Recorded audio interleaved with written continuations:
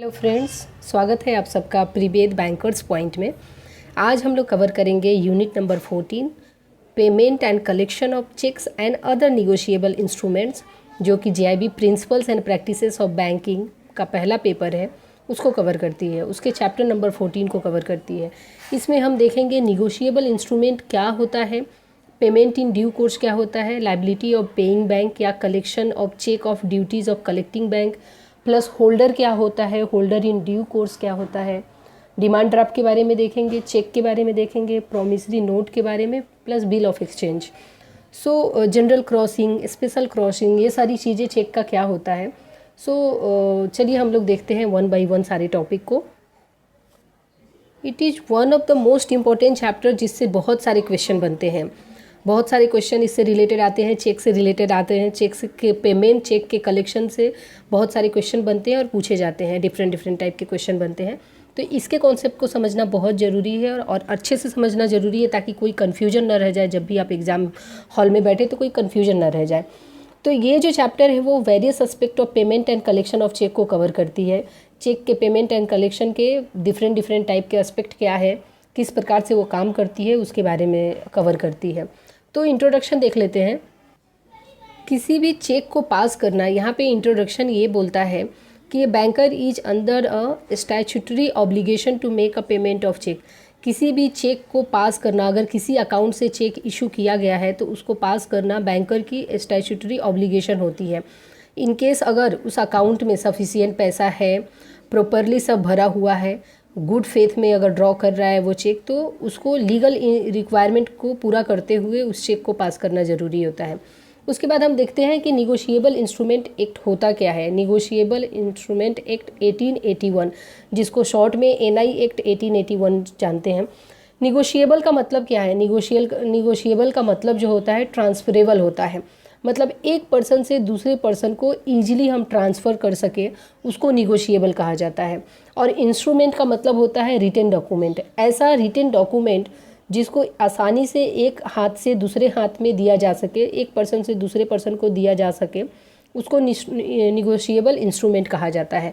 तो ये एक्ट जो है सबसे पहले 9 दिसंबर 1881 को जो है ये पास हुआ था। 9 दिसंबर 1881 को पास हुआ था और ये इफ़ेक्ट में आया था 1 मार्च 1882 को। ये और निगोशिएबल इंस्ट्रूमेंट में लास्ट अमेंडमेंट जो हुआ था वो हुआ था 2015 में। अमेंडमेंट मतलब कुछ बदलाव, कुछ चेंजेस जो हुआ था, ये 2015 में लास्ट हुआ था। So we are going to see. और एक और इम्पॉर्टेंट पॉइंट है कि it extend to the whole of India including Jammu and Kashmir. पूरे भारत में ये लागू होता है, हर जगह इसको माना जाता है। तो ये तो हो गई निगोशिएबल इंस्ट्रूमेंट के बारे में। अभी निगोशिएबल इंस्ट्रूमेंट में किस टाइप के इंस्ट्रूमेंट होते हैं, तो ये होता है promissory note, bill of exchange and cheque, ये तीनों। और इसमें डिमांड ड्राफ्ट भी आता है। इसमें अगर आएगा कि demand draft is a negotiable instrument और नॉट, तो yes, demand draft is a negotiable instrument, क्योंकि डिमांड ड्राफ्ट को हम लोग बैंकर्स चेक भी बोलते हैं, वो भी एक प्रकार का चेक है, इसके लिए वो निगोशिएबल इंस्ट्रूमेंट कहलाता है। Before starting with the definition with cheque का डिफिनीशन देखने से पहले हम लोग सबसे पहले देख लेते हैं कि चेक डिफाइन किस सेक्शन में हुआ है। एनआई एक्ट के सेक्शन 6 में चेक डिफाइन हुआ है, और प्रॉमिसरी नोट जो है वो डिफाइन हुआ है सेक्शन 4 में, and bill of exchange define हुआ है सेक्शन 5 में।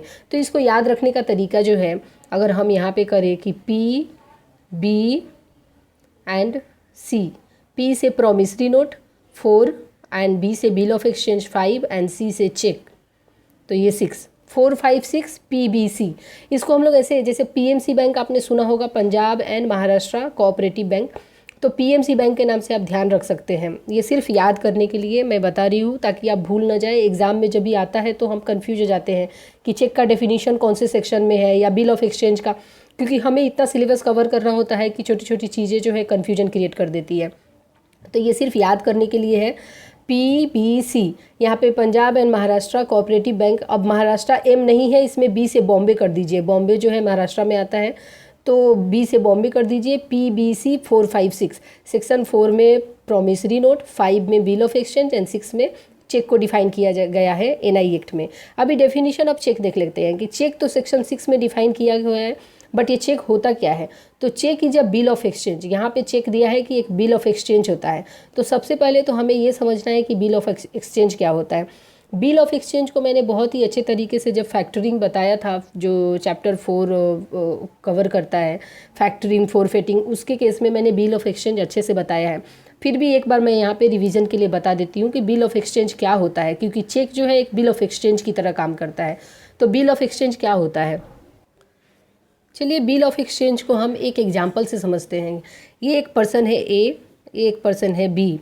ये ए ने क्रेडिट पे कुछ सामान बी से ख़रीदा है। ए ने क्रेडिट पे कुछ सामान बी से ख़रीदा है। तो इसके बदले में, क्रेडिट से ख़रीदना मतलब उधार पे कुछ सामान ख़रीदा है, बोला अभी मेरे पास पैसे नहीं है, मैं बाद में आपको पे करूँगा। क्रेडिट पे कुछ सामान ख़रीदा है। इसके केस में बी ने बोला कि ठीक है अभी पैसे नहीं हैं, तो बिल ऑफ एक्सचेंज जो है मैं इशू कर देता हूँ। वो बिल ऑफ एक्सचेंज में ये मेंशन होता है पेमेंट कितना है, अमाउंट ऑफ पेमेंट कितना करना है, अमाउंट कितना पे करना है, प्लस सिग्नेचर होंगे दोनों के, साइन होगा दोनों का कि ठीक है बी ने इशू किया, ए ने एक्सेप्ट किया। तो यहाँ पे जो इशूअर है, जो सेलर है, सेलर यहाँ पे बी जो है सेलर हो जाएगा। इसको हम लोग क्रेडिटर भी बोलते हैं, क्योंकि ये क्रेडिटर पे सामान दे रहा है, क्रेडिट पे उधार में सामान दे रहा है। इसको हम लोग ड्रॉवर भी बोलते हैं, क्योंकि ये जो है एक ड्रॉ करता है, बिल ऑफ एक्सचेंज जो है बनाता है, इशू करता है, इसके लिए हम लोग ड्रॉवर बोलते हैं। और मेकर क्योंकि ये बनाता है, तो सेलर को हम लोग क्रेडिटर, ड्रॉवर और मेकर भी बोलते हैं। और ये जो ए है जिसने खरीदा है, ये डेटर हो गया। सबसे पहले तो इसने कुछ गुड्स खरीदा, कर्ज ले लिया, तो ये डेटर कहलाता है। दूसरी बात ये है कि ये ड्रॉवी कहलाता है। ड्रॉवी क्योंकि इसके नाम पे इशू हुआ है, इसके नाम पे इशू हुआ है, इसलिए ड्रॉवी कहलाता है। और बिल ऑफ एक्सचेंज को ये एक्सेप्ट करेगा, इसलिए इसको एक्सेप्टर भी कहा जाता है। तो इस नाम से ए जाना जाएगा। और बी जो है सेलर, तो सेलर ने कुछ गुड्स बेचा और उसके बदले में बिल ऑफ एक्सचेंज इशू किया। और बिल ऑफ एक्सचेंज पे अमाउंट पे मेंशन है कि ये अमाउंट आपको इस ड्यूरेशन के बाद में पे करना है। और वो ए एक्सेप्ट करता है कि ठीक है, मैं एक टाइम स्पेसिफाई करता है कि 2 महीने के बाद मैं आपको ये अमाउंट पे करूँगा, जो भी मैंने गुड्स खरीदा है वो अमाउंट आपको पे करूँगा। तो बिल ऑफ एक्सचेंज में क्या हो जाता है, बिल ऑफ एक्सचेंज में ये होता है कि सामान लेता है उधार पे और पे करने का प्रॉमिस करता है। और प्रॉमिसरी नोट के केस में देखिएगा, वहाँ पे क्या होता है कि पैसे लेता है और पैसे ही वापस करता है। तो बिल ऑफ एक्सचेंज जो है, अगर उसको हम आसानी से समझे, आसान लैंग्वेज में समझे, तो बिल ऑफ एक्सचेंज एक फाइनेंशियल इंस्ट्रूमेंट होता है जो कि domestic as well as international trade में यूज होता है। जनरली इंटरनेशनल ट्रेड में होता है, जैसे एलसी और बीजी के केस में हमने देखा था। जब कोई बायर क्रेडिट पे, उधार पे सामान खरीदना चाहता है, जनरली बिजनेस में ऐसे होते हैं, तो सेलर एक बिल ऑफ एक्सचेंज जो है, सेलर एक बिल ऑफ एक्सचेंज इशू करता है और उसके अंदर सारी टर्म्स एंड कंडीशन लिखी होती है, जैसे पेमेंट का ड्यूरेशन मेंशन होगा और सेलर इशू करता है। And based on that payment duration, buyer जो है वो सेलर को पैसे वापस करेगा, पेमेंट उसको दे देगा। तो ये बिल ऑफ एक्सचेंज मैंने बताया कि सेक्शन 5 में, एनआई एक्ट के सेक्शन 5 में जो है ये डिफाइन किया गया है। और ये जो बिल ऑफ एक्सचेंज है एक रिटन एग्रीमेंट होता है। ऐसा नहीं कि वर्बली बोल दिए, ओरली बोल दिए कि ठीक है तूने मुझे क्रेडिट पे दे दिया, अब मैं तुमको पे कर दूंगा, ऐसा कुछ नहीं है। ये एक रिटन एग्रीमेंट होता है। यह एक अनकंडीशनल ऑर्डर होता है, यह प्रॉमिस नहीं होता। जैसे कि प्रॉमिसरी नोट में दिया जाता है ना कि वहाँ पे जो प्रॉमिस करता है कि बायर वहाँ पे प्रॉमिस करता है कि मैं आपको पे करूँगा, यहाँ पे सेलर ऑर्डर देता है। तो यहाँ पे एक डिफरेंस आप समझ लीजिए कि प्रॉमिसरी नोट के केस में बायर जो है, बायर ही प्रॉमिस करता है और प्रॉमिसरी नोट बनाता है, मेकर होता है। बट बिल ऑफ एक्सचेंज के केस में जो है वो सेलर जो है, सेलर बनाता है और बायर को एक्सेप्ट करना होता है। बिल ऑफ एक्सचेंज सेलर बनाता है, प्रॉमिसरी नोट जो है बायर बनाता है। तो यहाँ पे बिल ऑफ एक्सचेंज की जब हम लोग बात करते हैं तो यहाँ सेलर जो है ऑर्डर देता है कि बायर को कि इस सामान या गुड्स के बदले आप मुझे इतना पैसा पे करेंगे। और यहाँ पे अनकंडीशनल का मतलब क्या होता है, अभी मैंने बोला कि ये अनकंडीशनल ऑर्डर होता है। अनकंडीशनल का मतलब होता है कि पेमेंट के अंदर किसी भी तरह का कुछ कंडीशन नहीं होनी चाहिए। जैसे कि मेरे पास ड्यूरेशन पूरा हो गया, 2 महीने का टाइम दिया गया था, टाइम पूरा हो गया, जब भी मैंने पेमेंट के लिए गया, जब भी सेलर पेमेंट के लिए गया, तो अब बायर बोलता है कि मेरे पास अभी पैसा नहीं है, अब अभी मैं पे नहीं करूँगा। या ऐसा नहीं बोल सकता है कि मेरे घर में शादी थी, पैसे खर्च हो गए तो मैं पे नहीं करूँगा। तो इस टाइप की कुछ कंडीशन वहाँ पे नहीं होती है। यहाँ पे सेलर जो है ऑर्डर देता है कि आपको ये अमाउंट, ये ड्यूरेशन मैच्योरिटी के बाद जो भी अमाउंट है वो टाइम पीरियड कंप्लीट होने के बाद आपको पे करना है। यह एक बेसिकली अगर बोले तो पोस्ट डेटेड चेक की तरह यूज होता है कि ये आपने बिल ऑफ एक्सचेंज दे दिया, वो पोस्ट डेटेड चेक की तरह है, और बाद में जैसे ही उस पर डेट मैच्योर हो जाए, जो भी टाइम ड्यूरेशन कंप्लीट हो जाएगा तो आपको पे कर देना है। और ये जो बिल ऑफ एक्सचेंज होता है ये दो तरह का होता है, एक होता है डिमांड बिल और दूसरा होता है यूसेंस बिल। यूजेंस बिल को हम लोग टर्म बिल भी बोलते हैं। ये डिमांड बिल के केस में क्या होता है, जब भी डिमांड है तो पे करना होगा। यूजेंस बिल के केस में एक टाइम ड्यूरेशन दिया होगा, वो टाइम ड्यूरेशन पूरा होने के बाद ही पेमेंट किया जाता है। सो होप कि बिल ऑफ एक्सचेंज आपको समझ में आ गया है। तो ये चेक जो होता है, बिल ऑफ एक्सचेंज होता है drawn on a specified banker. अभी चेक है वो एक बिल ऑफ एक्सचेंज की तरह काम करता है, एक निगोशिएबल इंस्ट्रूमेंट की तरह काम करता है, जो कि ड्रॉन होता है स्पेसिफाइड बैंक में। अभी वो बैंक में ही जाके आपको ड्रॉ करना पड़ेगा, and not express to be payable otherwise than on demand. वो डिमांड आप करेंगे तो ही पे करेंगे। जब भी सपोज कि आपके पास चेक पड़ा हुआ है घर में, तो बैंक आपके पास नहीं आएगी कि आपका जो चेक है वो आप उसको ड्रॉ करो, बल्कि आपको ही जाना पड़ेगा। आप जब उस चेक से डिमांड करेंगे बैंक में जाके पैसे का, तो ही आपका वो चेक जो है वो ड्रॉ होगा। तो इसलिए ये स्पेसिफाई बैंकर यहाँ पे जाके आपको ड्रॉ करना होगा, और आप जब डिमांड करते हैं तो ही आपको पेमेंट मिलती है। It is electronic image of truncated cheque and cheque in the electronic form. अभी देखिए ट्रंकेटेड चेक मतलब एक छोटा स्मॉल साइज का जो है चेक रहता है, जो इलेक्ट्रॉनिक फॉर्म में रहता है। अभी आप कभी ये नहीं देखेंगे कि कोई बैंक जो है एक चेक को रिटन में लिख के आपको देती है, तो वो हमेशा इलेक्ट्रॉनिक फॉर्म में, एक प्रिंटेड फॉर्म में रहता है। तो चेक, ये बिल ऑफ एक्सचेंज ऐसा है कि वो डिमांड पे ही पे किया जाता है, और वो एक इलेक्ट्रॉनिक फॉर्म में, प्रिंटेड फॉर्म में रहता है। So it is mention here कि it contain instruction in writing given by the account holder. जो अकाउंट होल्डर है वो किसी को अगर पेमेंट करना चाहता है तो उस पर वो रिटर्न करके, वर्बली नहीं बल्कि राइट करके उस पर देगा। और बैंक में जब भी वो सेकेंडरी पर्सन जिसके पास चेक है वो अगर जाता है पेमेंट के लिए, तो ये बैंकर की स्टैट्यूटरी ऑब्लिगेशन होती है कि उसका पेमेंट किया जाए। If the cheque is properly draw, अगर चेक प्रॉपरली ड्रॉ हो रहा है, कुछ उसमें इशू नहीं है, प्रॉपर सब चीज़ लिखा हुआ है। उसके बाद सफिशिएंट बैलेंस, अकाउंट में अगर बैलेंस सफिशिएंट है। और तीसरा है कि अकाउंट में किसी तरह का जो है रिस्ट्रिक्शन नहीं होना चाहिए, कुछ लीगल, जैसे अटैचमेंट ऑर्डर या गार्निशी ऑर्डर या इस टाइप के कुछ ऐसे ऑर्डर्स वगैरह नहीं होने चाहिए, ताकि अमाउंट को ब्लॉक करके रखा गया है और वो पेमेंट नहीं किया जा सकता। तो ये देखना भी ज़रूरी होता है इस केस में। नेक्स्ट टॉपिक जो है the branch on which it is drawn.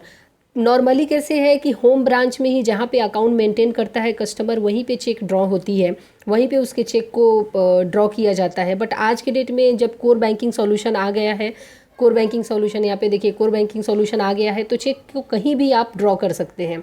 But basically जहाँ पे होम ब्रांच में अकाउंट मेंटेन करता है वहीं अकाउंट को डेबिट किया जाएगा। नेक्स्ट जो है वो डेट को कवर करती है कि डेट उस पर कैसा होना चाहिए। सबसे पहला तो है कि फ्यूचर डेट। अगर फ्यूचर डेट है तो पोस्ट डेटेड, करेंट डेट या एंटी डेट, पहले का डेट, ये 3 डेट इस पे मेंशन हो सकता है चेक में। तो कौन से डेट का पेमेंट किया जाएगा, यहाँ पे if cheque a bear date 6 month, यहाँ पे 6 मंथ मेंशन है, बट ये ओल्ड इन्फॉर्मेशन, अभी 3 मंथ्स है। अगर 3 मंथ्स जो है prior to date of presentation, it is consider to be stale cheque. अगर पुराना 3 महीने से ज़्यादा पुराना का चेक है तो वो स्टेल चेक में कंसिडर होता है। करेंट डेट मतलब करेंट हो गया, और आगे का डेट मतलब पोस्ट डेटेड चेक हो गया। तो इस केस में है, अगर पुराना है या पोस्ट डेटेड है तो उसके केस में पेमेंट नहीं किया जाता है। सिर्फ उसके बीच में जो है 3 मंथ्स तक की वैलिडिटी होती है, उस बीच का चेक है तो पे किया जाता है। नेक्स्ट है पेई। पेई कौन होता है, चेक पे जिसका नाम लिखा होता है वही पेई होता है। इसको पे कर दिया जाए, एक ड्रॉवर ने ऐसा लिख के दिया है कि ये पेमेंट जो है इस पेई को कर दिया जाए, जिसके नाम पे वो चेक इशू करता है। A cheque may be made payable to a single payee or joint पेई और अल्टरनेटिव पेई। तो ये सिंगल भी हो सकता है, ज्वाइंट भी हो सकता है, अल्टरनेटिव भी हो सकता है। If a cheque is payable to joint payee X and Y, it should be paid to them jointly. A और एक्स और वाई दोनों का नाम है तो ज्वाइंटली में पे करना होगा। ऐसा नहीं कि एक जाके और बोला कि ये मेरे सिंगल अकाउंट में डाल दो, तो ये पॉसिबिलिटी नहीं है। अगर दोनों के नाम पे मेंशन है तो वो अकाउंट जो है वो दोनों के नाम से ज्वाइंटली होना चाहिए, तो ही वो चेक को पे किया जाएगा। नेक्स्ट हम लोग देख लेते हैं वेदर ऑर्डर चेक और बियरर चेक। ऑर्डर चेक और बियरर चेक का फ़र्क क्या होता है। आप चेक के ऊपर देखे रहेंगे कि ऑर्डर और बियरर लिखा रहता है। बियरर तो इनकेस अगर कोई बियरर कट कर देता है तो वो चेक ऑर्डर चेक कहलाता है। अगर बियरर को उसने कट नहीं किया है तो सपोज एक चेक है, ए का चेक है और उसने बी के नाम पे इशू किया, उस पे चेक पे उसने बी का नाम लिख दिया कि ये चेक बी के नाम पे इशू है और साइड में और बियरर ऐसे उसने कट नहीं किया है, तो ये चेक अगर स्टोलन हो जाता है और कोई थर्ड पर्सन जाके उस चेक को अगर लेना चाहता है, इन कैश कराना चाहता है, तो वो करा सकता है क्योंकि वो बियरर है। वहाँ पे मेंशन है कि पे टू बी और बियरर, तो बियरर कट नहीं किया हुआ है तो कोई भी XYZ को अगर वो चेक मिलता है तो वो जाके इन कैश करा सकता है। बट ऑर्डर के केस में क्या होता है कि वो बियरर वाली लाइन को कट कर दिया जाता है और ये चेक अगर बी के नाम पे पेमेंट करने के लिए दिया गया है तो वो बी ही उस चेक का पेमेंट ले सकता है। We can see the definition, the difference. An order check may be presented for payment either by the original payee or by the endorsee. यहाँ पे एक वर्ड आ जाता है इंडोर्सी। इंडोर्सी का मतलब हम लोग समझ लेते हैं कि ओरिजिनल पेई तो जिसके नाम पे चेक बना है, बट इंडोर्सी कौन होता है उसको हम लोग समझ लेते हैं। हमने ये बिल ऑफ एक्सचेंज का एग्जाम्पल देखा था। अभी यहाँ पे जो सेलर है जिसके पास बिल ऑफ एक्सचेंज है, जिसने बिल ऑफ एक्सचेंज इशू किया है और बायर ने को क्रेडिट पे पैसे दिया, गुड्स दिया है और उससे पैसे लेने वाला है। अभी बी जो है, बी का कोई क्रेडिटर हो सकता है सी। अभी बी ने क्या किया कि ये चेक जो है, ये बिल जो है वो इंडोर्स किया सी के नाम से कि अब मेरे बदले आप पैसा ए से कलेक्ट कर सकते हो। ये इंडोर्स कर दिया सी को कि मेरे बदले जो है आप ये पैसा कलेक्ट कर सकते हो ए से। तो इंडोर्सी का मतलब क्या होता है कि जब सेलर अपनी जगह किसी थर्ड पार्टी को, जैसे कि सी को, बिल ऑफ एक्सचेंज का पेमेंट करने को कहता है। ये सेलर जो है, इस केस में थर्ड पार्टी सेलर क्रेडिटर हो सकता है।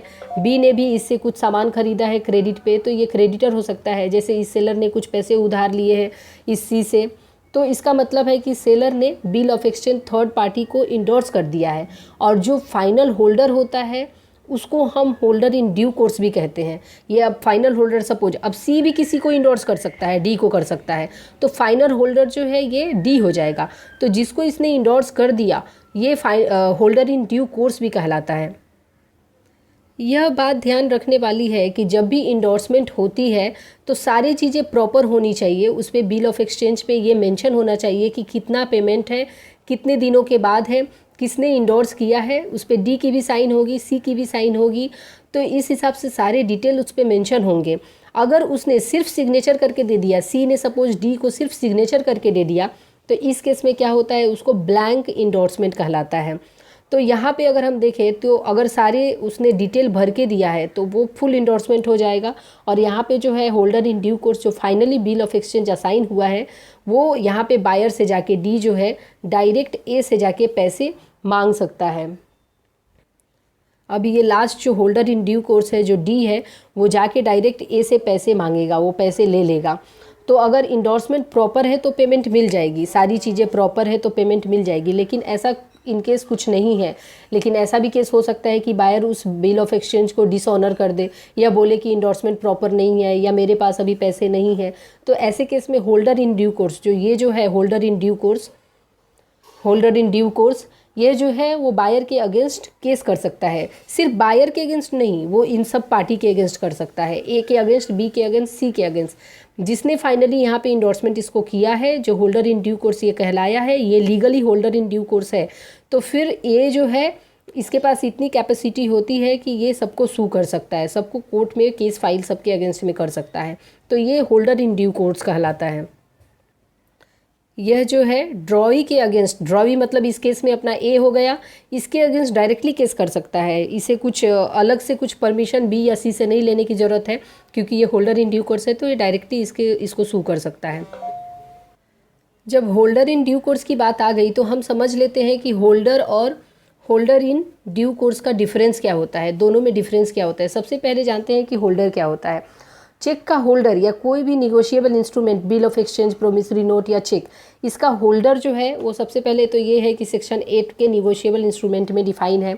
और ये जो उसके राइट्स जो होते हैं वो कम होते हैं। जैसे कि बिल डिसऑनर हो गया तो कोर्ट में केस फाइल नहीं कर सकता, he can not Sue.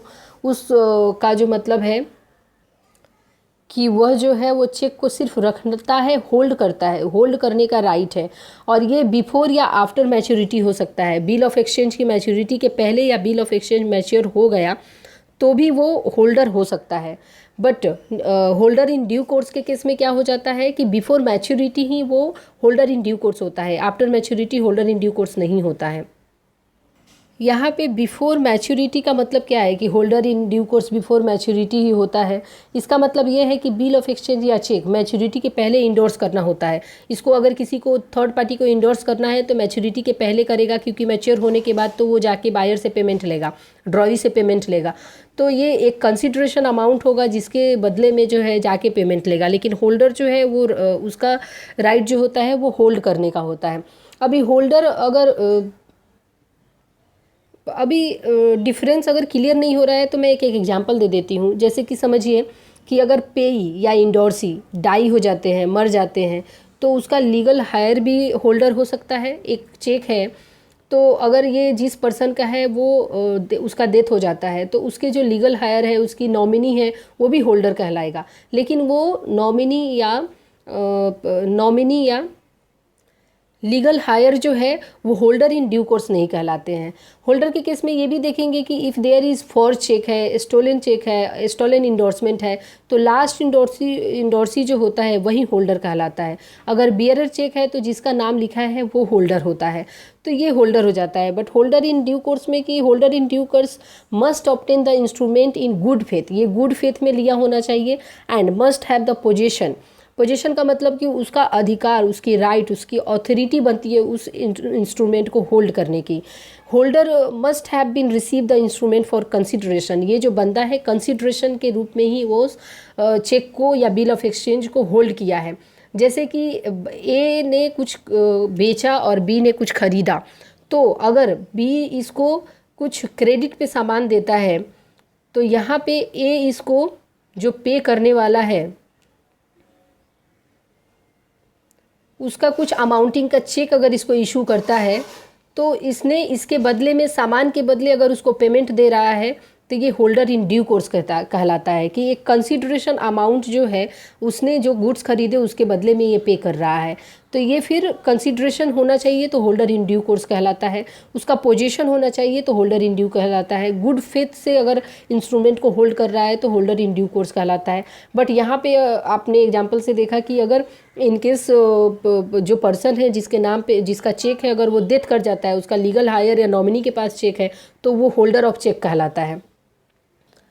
Next हम लोग देख लेते हैं कि whether amount stated in word or figure are same.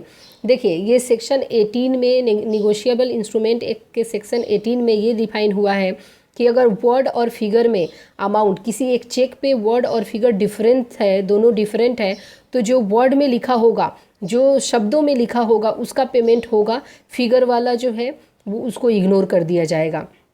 But regular practice में जो बैंक है ऐसे चेक को है रिटर्न कर देती है। Refer to drawer amount in word and figure differ करके वो रिटर्न कर देती है, और ऐसे रिटर्न होना भी चाहिए, एक्चुअल प्रैक्टिस यही है। But section 18 of NI act ये बोलता है, अगर एग्जाम में क्वेश्चन आता है कि वर्ड या फिगर में कौन सा अमाउंट पे किया जाएगा, अगर उस पर ये मेंशन होता है कि जनरल प्रैक्टिस में क्या होता है तो आप चेक को रिटर्न कर दीजिए। बट इन केस अगर उस पर मेंशन होता है सेक्शन 18 ऑफ एनआई एक्ट के तहत जो है वर्ड और फिगर में से किसका पेमेंट होता है, जो शब्दों में लिखा रहता है, जो वर्ड में लिखा रहता है उसी का पेमेंट किया जाएगा। उसके बाद नेक्स्ट हम लोग देख लेते हैं कि वेदर क्रॉस्ड। सबसे पहले इसमें हम ये समझ लेते हैं कि क्रॉसिंग क्या होता है। क्रॉसिंग ऑफ अ चेक का मतलब क्या होता है। क्रॉसिंग ऑफ अ चेक का मतलब ये है कि ड्रॉवर इंस्ट्रक्शन देता है इस चेक का कैश पेमेंट नहीं बल्कि अकाउंट में पेमेंट करना होगा। अगर कोई भी चेक क्रॉस किया हुआ है तो इसका मतलब जो है ड्रॉवर जिसने इशू किया है, जो बना रहा है, जो लिख रहा है चेक को, जो अकाउंट होल्डर है, वो ऐसा कंडीशन डाल देता है कि इस चेक का पेमेंट जो है वो उस पर्सन के जिसको मैं इशू कर रहा हूँ, जिसको दे रहा हूँ, उसके बैंक अकाउंट में होना चाहिए, उसको कैश पेमेंट नहीं दिया जाना चाहिए। तो फिर उसके बाद जो है इसमें दो तरह के मोस्टली जो इम्पोर्टेंट है, जो एग्ज़ाम में पूछे जाते हैं, वो जनरल क्रॉसिंग और एक होता है स्पेशल क्रॉसिंग। तो सबसे पहला होता है जनरल क्रॉसिंग। जनरल क्रॉसिंग जो है सेक्शन 123 के अंतर्गत आता है, और इसमें कंपनी में जो है, सपोज एक कंपनी का अकाउंट है जैसे कि जनरल क्रॉसिंग को हम लोग नॉर्मल क्रॉसिंग भी बोलते हैं, जनरल क्रॉसिंग को हम लोग नॉर्मल क्रॉसिंग के नाम से भी जानते हैं, और ये 123 में जो है डिफाइन किया गया है। तो इसमें आप देखेंगे कि किसी चेक पे ऐसे डबल लाइन होता है, वो भी क्रॉसिंग होता है। ऐसे डबल लाइन करके एंड को लिखा रहा, ऐसे डबल लाइन करके एंड ऐसे को लिखा रहा। तो इसमें ऐसा नहीं है कि ये कंपनी को पैसे जाएगा, इसमें ऐसा नहीं है कि ये पैसा कंपनी को जाना हो, ऐसा बिल्कुल भी नहीं है। ये तीनों सेम है, चाहे ये डबल लाइन दे या एंड को दे या एंड को ऐसे लिखा हो। ये अगर एग्ज़ाम में कन्फ्यूजन के लिए ऐसा दिया हो तो आपका कॉन्सेप्ट क्लियर होना चाहिए कि ये तीनों का मीनिंग सेम होता है, इस तीनों में कुछ डिफरेंस नहीं है। जनरल क्रॉसिंग यही बोलता है कि लाइन है तो कैश नहीं ले सकता, सिर्फ अकाउंट में ही पे किया जा सकता है, इसके अलावा इसमें और कुछ जानने वाली नहीं है। क्रॉसिंग का मतलब होता है, जनरल क्रॉसिंग का मतलब होता है, और ये तीनों का मतलब सेम होता है। और ये कहता है कि कैश नहीं ले सकता, अकाउंट में पे करना ज़रूरी है। उसके बाद अगर स्पेशल क्रॉसिंग की बात करें, स्पेशल क्रॉसिंग में क्या होता है, जिसको हम लोग 124 के एनआई एक्ट में देखेंगे, एनआई एक्ट के 124 सेक्शन के अंतर्गत है। स्पेशल क्रॉसिंग में क्या होता है कि अगर उसका अकाउंट जो है एक स्पेसिफिक बैंक में लिख दिया कि इस ऐसे क्रॉस करके और लिख दिया कि IDBI, तो अगर जिसको दे रहा है चेक, सपोज ए है और ये बी के नाम पे चेक बना रहा है, तो उसने चेक पे बी का नाम डाल दिया और ऊपर में क्रॉस करके IDBI का नाम डाल दिया, तो बी का अकाउंट अगर IDBI में है तो ही इसका इनकैश जो है अकाउंट में अपना क्रेडिट करवा सकता है। अदरवाइज़ ये चेक जो है इसके लिए नल एंड वॉइड हो जाएगा, उसके कुछ काम का नहीं रहेगा इन केस इसका अकाउंट इसमें नहीं है। तो अगर उसका अकाउंट उस बैंक में नहीं होता है तो वो चेक उसके लिए कुछ काम का नहीं रह जाता है। इसके लिए इसको जो है स्पेशल क्रॉसिंग के नाम से जाना जाता है। एक इम्पॉर्टेंट लाइन है जैसे कि all cheque are bill of exchange but all bill of exchange are not cheque. ये लाइन क्या कहता है कि सारे चेक जो है वो बिल ऑफ एक्सचेंज होते हैं, but all bill of exchange are not cheque. अब इसका मतलब समझ लीजिए कि इसका मतलब क्या होता है। अब देखिए चेक है, एक चेक है, इस चेक में कितने पार्टी होंगे। एक तो सबसे पहला ड्रॉवर हो जाएगा जो इशू करेगा, जिसका नाम से खाता है, जिसके नाम से अकाउंट है, इसने इशू किया तो ये जो है ड्रॉवर हो जाता है। दूसरा हो जाता है ड्रॉवी, जो बैंक कहलाती है, जो पेमेंट करेगी तो ये ड्रॉवी कहलाती है। तीसरा हो जाता है पेई, जिसके नाम पे चेक इशू हुआ है, जिसके नाम पे चेक लिखा गया है और जिसको पेमेंट मिलने वाला है, तो वो पेई कहलाता है। तो 3 हो जाते हैं इसके केस में। बल बिल ऑफ एक्सचेंज के आपने केस में देखा कि यहाँ पे एक बायर है, एक सेलर है। ये बायर डायरेक्ट इसको पे कर सकता है, इसको डायरेक्ट पे कर सकता है, या ये बैंक को अप्रोच भी कर सकता है। बिल डिस्काउंटिंग के केस में हम देखेंगे कि कैसे अगर इसने पे नहीं किया तो फिर बिल डिस्काउंट करके वो बैंक के पास पेमेंट के लिए जाएगा।